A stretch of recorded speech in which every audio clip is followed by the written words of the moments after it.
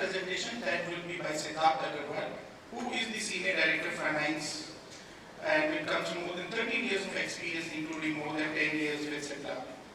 In various roles like F&A, Business Finance and Operation Finance, he is currently serving as Finance Head for Global Supply Chain, Costing and CapEx model. Can we welcome Siddharth with a big round of applause, please?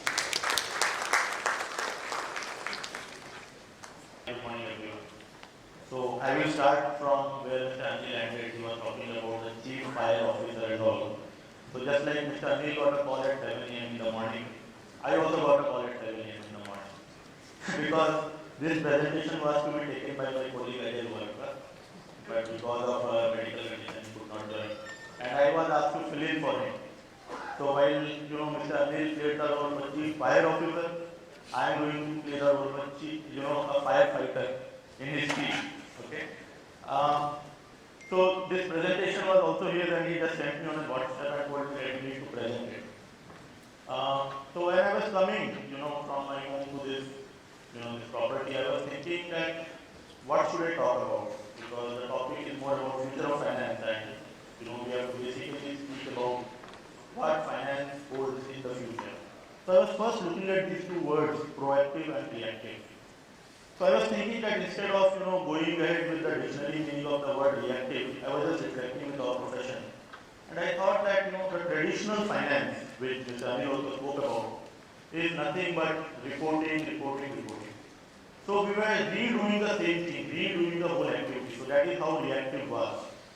From that, the next point is proactive. So again I broke this word and I said proactive means being pro in an activity. But the question is, what are these activities in which we as a function need to be pro or need to be expert? And that is what I will try to cover over the next 15-20 minutes. So moving on, get comfortable being uncomfortable. I think today I am the best example because I was very uncomfortable, but then I have to do this. But the point is, as finance professionals, we need to find opportunities in these uncomfortable situations. And I think last 2 years have taught us lot many things about how you can operate in an uncomfortable environment. Few examples from personal life. During the COVID period, we had no house help, but we had to sometimes wash the utensils, we had to cook for ourselves, we had to do more babysitting than we are allotted, right? But all of this we did. Along with that, we also worked. We were, getting accustomed to the new normal of working from home. We were never used to doing those video calling, but we did all of those. So the point here was that, again, you need to find an opportunity in everything.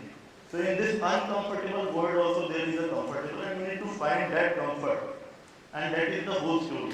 And I will talk about those 5 things which, basically is there. But before that, we picked up the story of Vishwas Patil. I am sure most of you know. He is currently the, Joint CP Law and Order in Mumbai. Previously served as a commissioner in Nashik. But when he was going for his IPS interview, a question was asked to him, why are you here? And, this was his answer. I am here to struggle. Again, if you talk about this word struggle, it has a very negative connotation. But the point is whether you want to find an opportunity in this struggle. That is the whole story. And if you read about him, he is a very successful IPS officer and walked out with the President Medal in 2015. So that is this guy. Because on that day he was willing to put in those efforts. He was willing to get all those opportunities. Not that he was not aware. I think as finance professionals also every day we are presented with so many such opportunities where we need to take those decisions. And sometimes because we are so much data driven, we get lost in the data and we lose the larger context, right? But in this whole struggle, it is our role how we find that desired opportunity which the organization wants us to do. Now, I will talk about, okay, so this is the takeaway, right? Growth happens outside the comfort zone. But as finance professionals, we need to know what is my comfort zone and whether I am willing to come out of that zone or not. That is a very important aspect, right? Digitization, we spoke about it. Till yesterday we were working on spreadsheets, today we are working on BI tools. But that shift, whether we wanted to make that shift, that is the most important thing, right? And I think in the very first presentation, Rohan talked about time. So I think again, when you are able to make that shift from spreadsheet to digital, and I also asked this question in the beginning, what will happen to people when there are so many technology coming in? But the point is, it is people who will drive insights, right, from that data. So instead of spending time on the data, it is the people who will drive insights and work with the business. So I think that is what I want to say. Now, if we talk about five key pillars, I think, of finance are, first of all, we need to all acknowledge that this is ever evolving function. And like again, Shahil mentioned that, you will only get addition and there is no subtraction. So we need to be prepared for it. The second thing, what we have to talk about is value creation, because we are the custodian of value. We cannot run away from this, right? The third thing is, of course, center of excellence. That is what we need to create.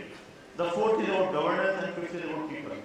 Now coming back to the first point, all my three speakers spoke about VUCA, and we always attribute VUCA to volatile, uncertainty. Then third is ambiguity is there, and then it is there. But if you flip it, finance as a function can drive vision for the organization. Finance as a function can bring that understanding in the organization. Finance as a function can bring this clarity in the system, and finance as a function can also drive agility. So it is about us how we want to visualize the VUCA world, whether we want to look at it from a negative connotation or we really want to find opportunity in it. And I think that is what we are supposed to do, right? And this is the only thing which I want to talk about from this message. Several examples, I can talk about when I do the value creation discussion. Identify growth opportunities. I can share one example because when I was working in a sales finance role, we were in the middle of one of the negotiations with a very large hospital, but that negotiation was failing. I and my sales head came out, there was one option, either we take the flight and come back to Mumbai or we do something about it. So two things we did. One was identify what is the circle of influence for that person, and then trying to reach those people to influence it. The second thing was to identify opportunities. Now for me as a finance professional, I can always say that, boss, my job is done, I am doing. But what we did, we broke the entire sales team into two parts and we tried to approach new customers. So the point I am trying to say here is finance beyond the numbers can also act as a very effective negotiator both with the customer and the vendor. And there are several examples, which can prove it. And this is how we can contribute to the growth agenda of the organization. Similarly, cost efficiency. I spoke about vendor negotiation. The other way to look at it is, when you look at below the margin, there are many wastage which happens in the system. Now, we as an organization, and Narayan is sitting here because he was ex-CFO India. So, he was the person who started a program on Varon. But we expanded the program over a 3-4 year period, and we as a function are today, driving the entire governance or, plan around how we can reduce waste in the organization, because that is a very effective contributor in the P&L. Another example, again I will take from my organization is a CFO of Cipla actually ran the entire cost improvement program from Cipla. It was a project Eagle that we call, and in pharma industry it is one of the most successful programs that we launched. So the point I am saying, finance can really play that role because finance as a function understands the number very well. Finance as a function can appreciate the number very well. The only thing which finance needs to do, and probably we all are doing sitting in this room, is appreciating the business environment and then marrying the number with the environment and take decision, rather than taking decision only in silos. If we are able to do that, I think we can create a lot more value, and that is the need, and that is what we are all expected to do. Stakeholder delight. Why I mentioned this? Because finance is a function which is the narrative creator. It is the finance function who reads the data, who interprets the data, and who presents the data to the management. Now there are different ways of reading the data and presenting the data. If the narrative is presented in a right manner, then you can drive the function and drive the organization in a right manner. So I think it plays a very important role, and we saw in one of the presentations there are so many stakeholders with which finance work. So it is very important that we understand basics of all those functions, because without understanding the basics, probably we will not be able to appreciate the situation in which that stakeholder is, and therefore we will not be able to give the right solution, because I think in your presentation, Mr. Amit, you presented 54% of the role is played by finance now. So the point is, finance is everywhere in all departments, in all functions. We can really become right enablers, or today we call it as co-pilot. We can really co-pilot the journey with the business heads, with the CEOs, and drive the overall growth agenda of the organization. But the stakeholder delight has to be of most paramount importance, because that is what everybody looks at. Without that, acceptability of a finance, which was typically an audit and accounts function, will not be there. So I think this is a very important responsibility that we all need to discharge as finance professionals when we are, representing our organizations, or when we are representing our function to other stakeholders, be it internal or external. See, moving to the third point, center of excellence, again single source of truth. I will, link it to the automation presentation. Reporting factory, it's the best example, because, we all have worked in large organizations, and we saw that there used to be huge struggle. Everybody had their numbers. When we go in meetings, people used to say, you are doing sales as X crores, but it is X plus something, salesperson will say, someone else will say it is X minus something. So we as a custodian of data needs to ensure that we deliver one source of truth, one source of data. Because finance is the language of business, right? And data is what we need. If in the meeting, instead of debating on data, we discuss on things.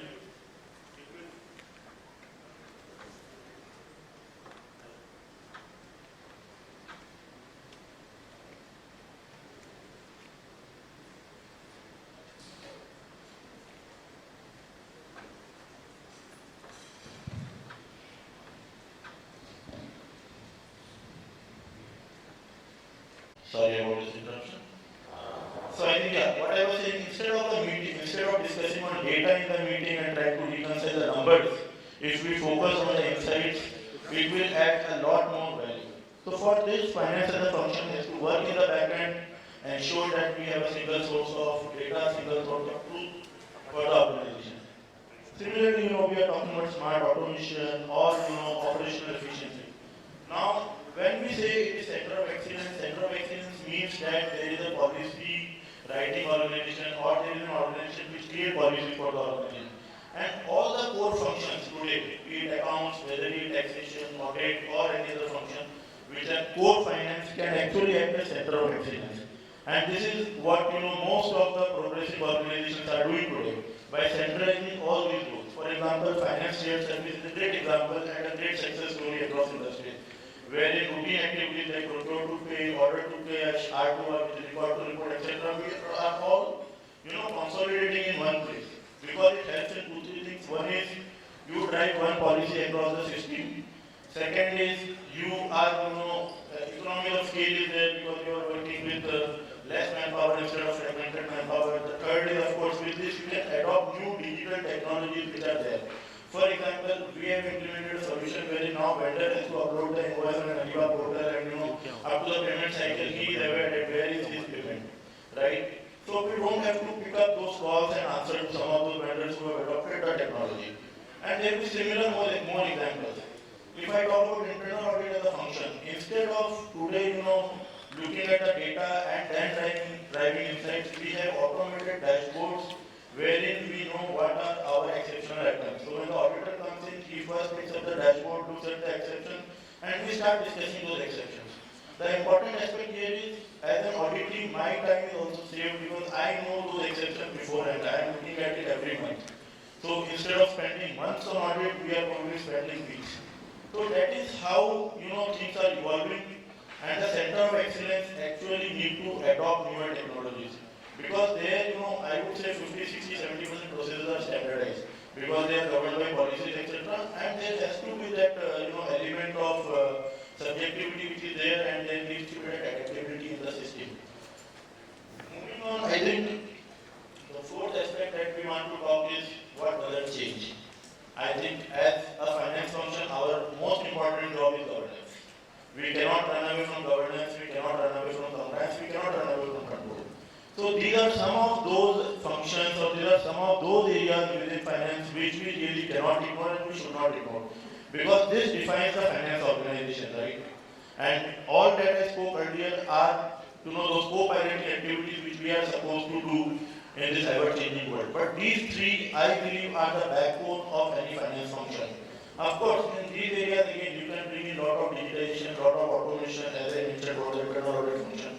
Similarly, through this digitization, automation, and security initiatives, at one time, we were an organization who were closing book on day 15. We have come down to day 7 with an aspiration to move down to day 5 and day 1 subsequently. So I think a mix of technology, a mix of driving policies through center of excellence, and then, being comfortable in the uncomfortable.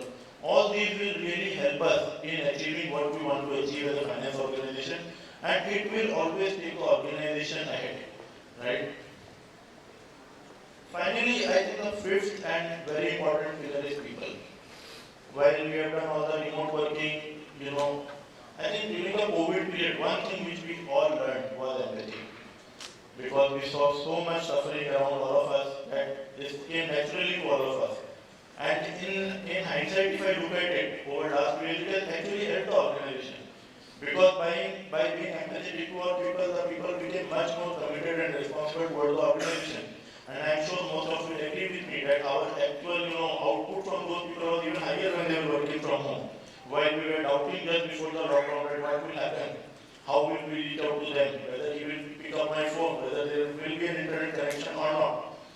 But one more important aspect, today's talent is not waiting for that promotion after 3 years, after 15 years I will become this and that. We need to have a very, I would say, flexible people policy to manage our high potential candidates. First, we need to identify them. Second, we need to give them those challenging assignments. So there has to be leaders who are willing to take bet on a person with 5 or 7 years of experience to take a leadership role.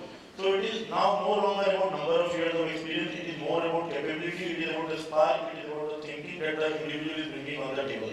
So I think that flexibility organization will have to bring in as all the organizations are evolving in this fast-changing digital world, right? So yeah, I think these were some of the things which I wanted to say, and in the end the same message that we need to continue to be comfortable in this uncomfortable world, because I'm sure opportunities exist and it is we who need to unlock those opportunities. Thank you.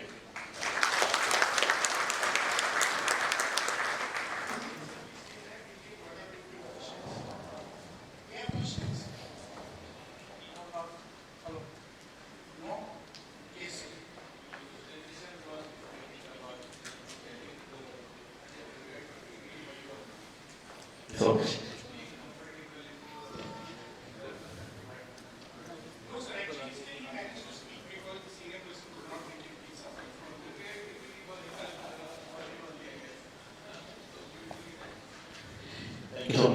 Yeah. Hi, this is CFO Area Express Limited.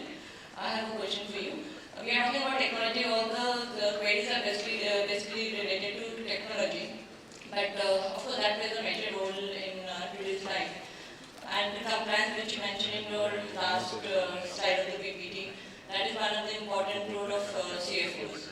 And day by day the compliance are increasing. So how do we track whether we are meeting all the compliance? And it shouldn't happen that after a year we get a notice. That is one point. Second point is there are certain compliance which hinders our day-to-day work. For example, and how do we, as a profession, as a CA, IC institute, how do they help us to resolve and take it up with RBI and whoever the related governance is? I'll give one example. I think 1-2 years back there was a circular which came from RBI which says that you cannot have banking relationship other than with your main lending bank. And because of that, we face a lot of problems, because if our lending bank is national bank, then there are many problems, their technology and their manpower issues, etc. So how as a profession we can take up with the related government or organization to tackle such issues? Thank you. I think there are two questions which you asked. One was how do you manage compliances? The second was how do you address ad hoc requirement or which act as a hindrance in your day-to-day working in terms of compliance. I think the first question I answered that there are several compliance management tools available, and if they are not, you can create a compliance management tool on which we did for all our warehouses. For example, we have close to 40 warehouses across the country, and we have to look at 300 compliances. Okay, under different acts, including environment, pollution, state VAT, and GST, etc. But after implementing that tool, we used to get a certification from the respective, depot in charge every month. And we used to look at the exceptions. And then you have auditors who, sometimes go and does the audit and check whether what is being reported is correct or not. So I think through this tool we are able to manage it really well. The second question, first of all, I don't see any compliance as an interest to work, even if it comes as a surprise. So I think that is part of our job. Some compliances will always come at some point in time which we have to work on. As a function, we always need to be audit ready. We need to know what is expected out of us and we need to be ready. Now, if let's say some surprises come up, there is always a way to go back to the regulator and ask for some reasonable time with a reasonable explanation. And in my limited experience, I have seen that regulators are generally,